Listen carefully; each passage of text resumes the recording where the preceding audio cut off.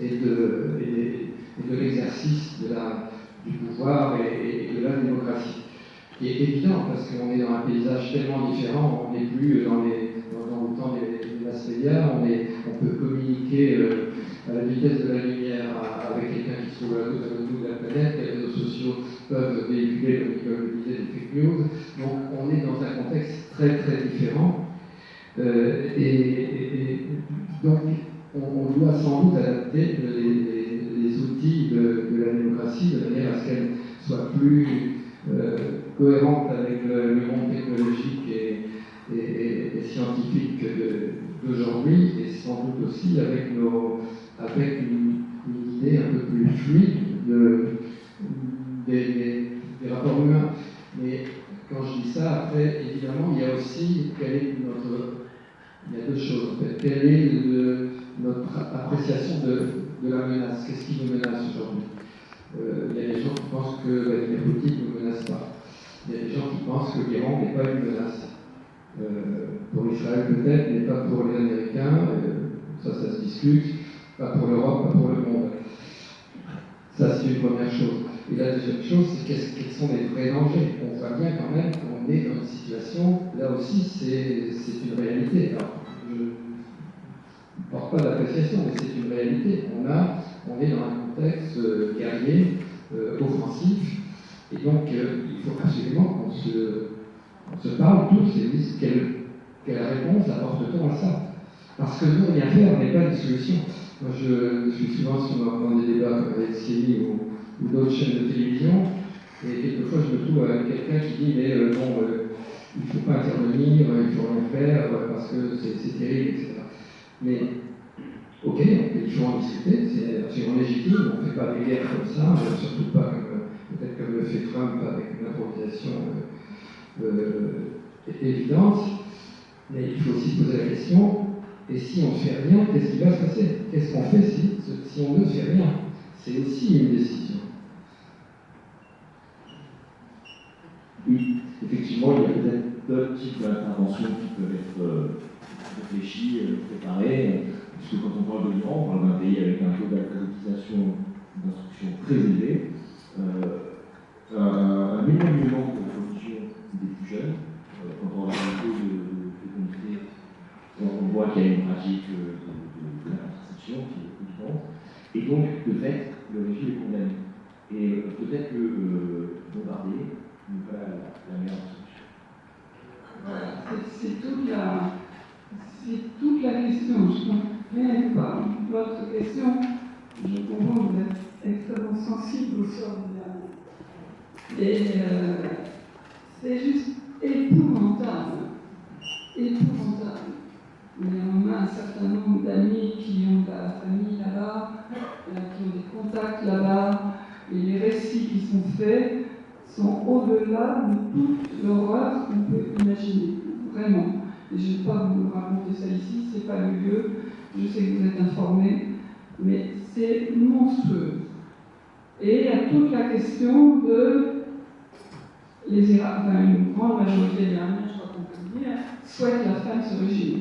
Ne veulent plus être gouvernés par des religieux, et particulièrement des religieux, dont la volonté est imposée par les gardiens de la Révolution, qui sont à la fois une milice, une armée extrêmement entraînée, extrêmement armée et extrêmement violente. Et je ne crois pas qu'il y ait beaucoup de gens qui ont un tout petit peu le cœur qui bat, qui se disent oh, ben, c'est pas grave, on peut vivre avec le régime de Nola, ça tombe sur les Iraniens, comme ça, hein, ils auraient mis avec un travailleur. Je crois que l'idée qu'il faudrait que le régime change est quand même largement partagée. Mais la question est évidemment comment. Alors, c'est vrai que je vous avoue que je ne le sais pas, qu'il y a à l'évidence Donald Trump attendait qu'avec les bombardements massifs, le régime tombe. Le régime ne tombe pas. Peut-être que demain il tombera. En tout cas, là, on est à 3 semaines et demie, il ne tombe pas.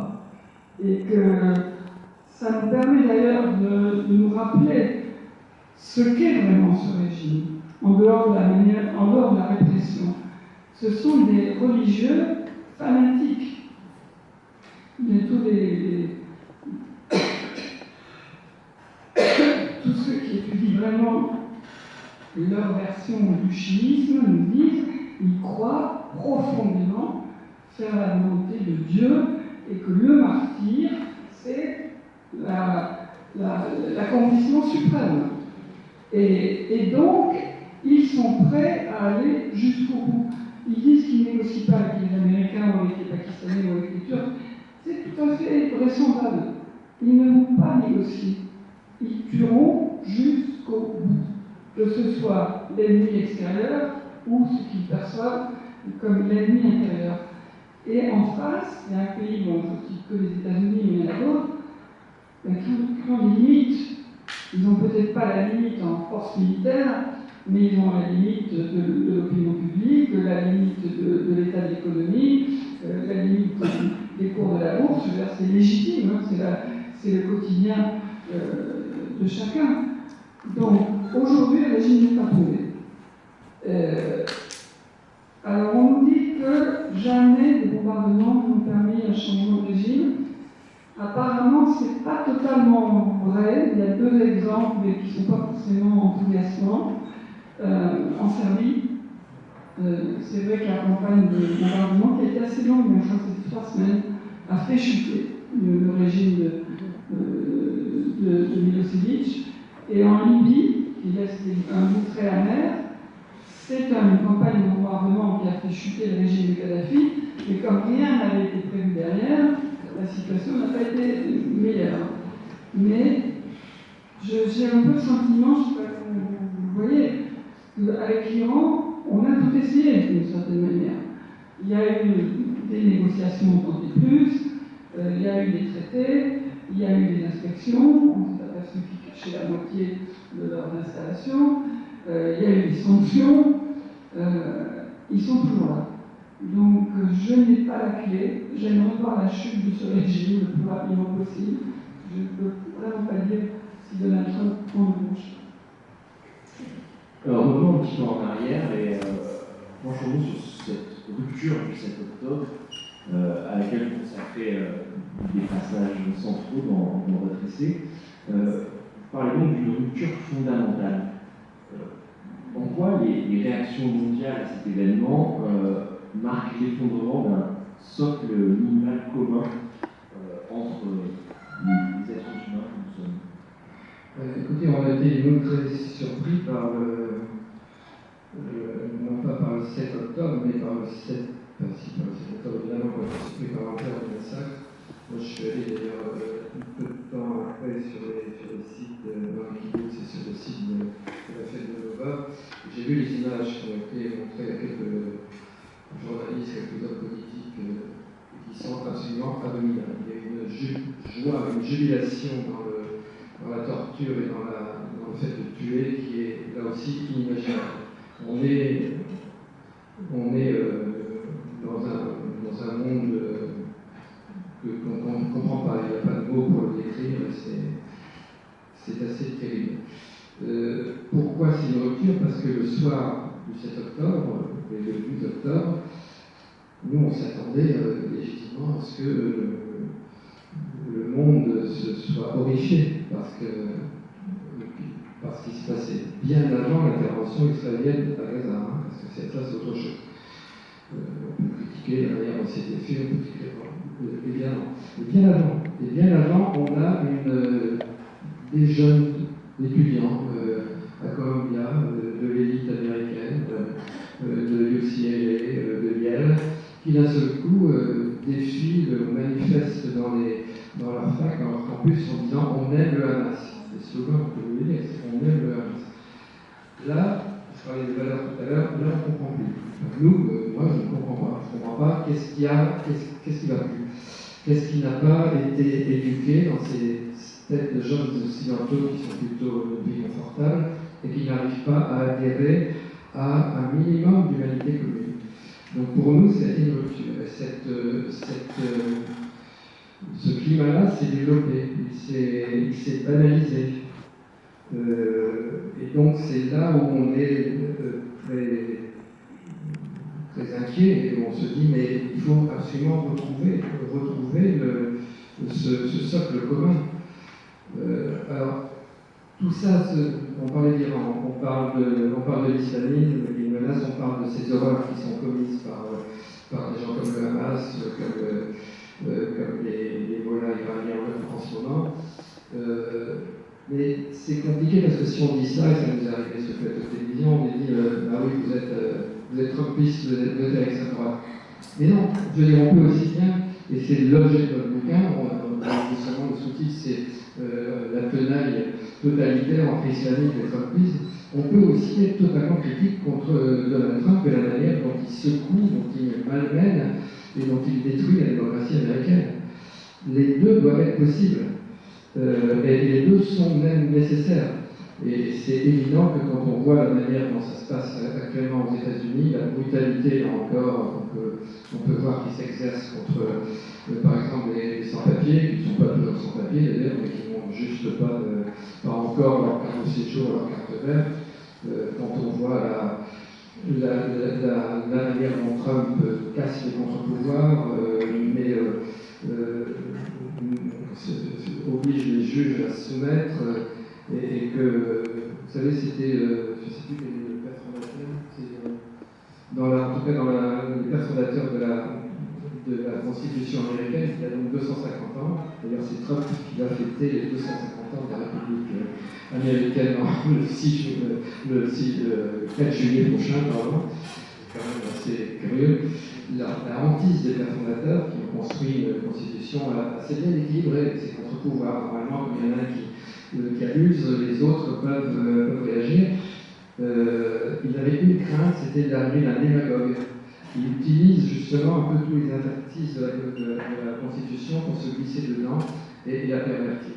Ce démagogue, il s'appelle sans doute Donald Trump. Vous parlez d'un démagogue instinctif qui sape méthodiquement tous les rouages et tout contre-pouvoir.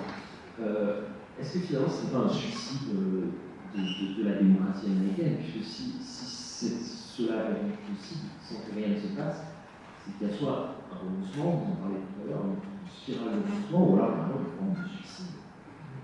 Oui, c'est vrai qu'on se demande tous dans quel état sera la démocratie américaine à la sortie du mandat de Trump et peut-être d'un héritier de Trump ensuite. C'est vrai que dans son premier mandat, on a vu beaucoup de secousses, mais finalement, pas tant que ça d'effet durable. La différence avec le deuxième mandat, c'est que ce deuxième mandat était vraiment préparé. En 2016, personne et lui-même ne pensait gagner, donc la suite n'était pas organisée.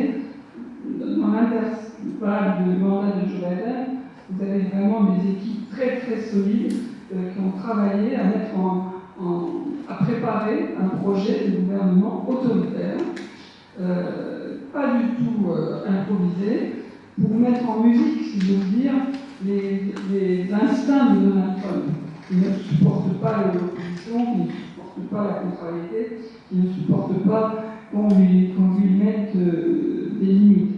Et c'est ce qu'il fait aujourd'hui, et on s'aperçoit néanmoins que ça résiste quand même un peu. Quand j'étais étudiante, dans un autre Sciences Po, on nous apprenait en histoire américaine que la démocratie américaine, il fallait la penser comme un énorme paquebot qui peut faire prendre un tout petit tournant rapidement, ou alors un grand tournant très très lentement. Et je sens que ce côté paquebot qui est difficile à manier, c'est encore là. Il y a les 50 États, il y a toutes les juridictions, il y a toutes les élections locales, à tous les niveaux. Donc je ne dis pas que ça soit gagné, mais il y a quand même une inertie, j'ai envie de dire, à empêcher le basculement vers le totalitarisme. Donald Trump a fait X décisions de président autoritaire, outrepassant ses pouvoirs, pour la guerre, pour l'immigration, pour l'économie, pour les droits de douane, etc. Et malgré tout, il y a des retours en arrière. Il met son nom partout. il démolit tout un morceau de la Maison Blanche pour faire une immense tête de balle. Maintenant, il exige que les prochains billets émis soient tous signés de Donald Trump avec sa belle signature que l'on connaît tous, alors que ça ne s'est jamais fait du vivant d'un président.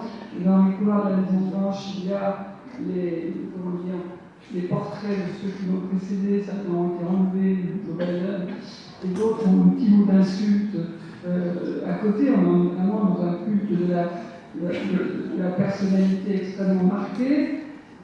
Et pourtant, et je termine juste avec un exemple qui m'a, je crois qu'on a tous vu ça, mais ça m'a touché en particulier, au sujet du Minnesota.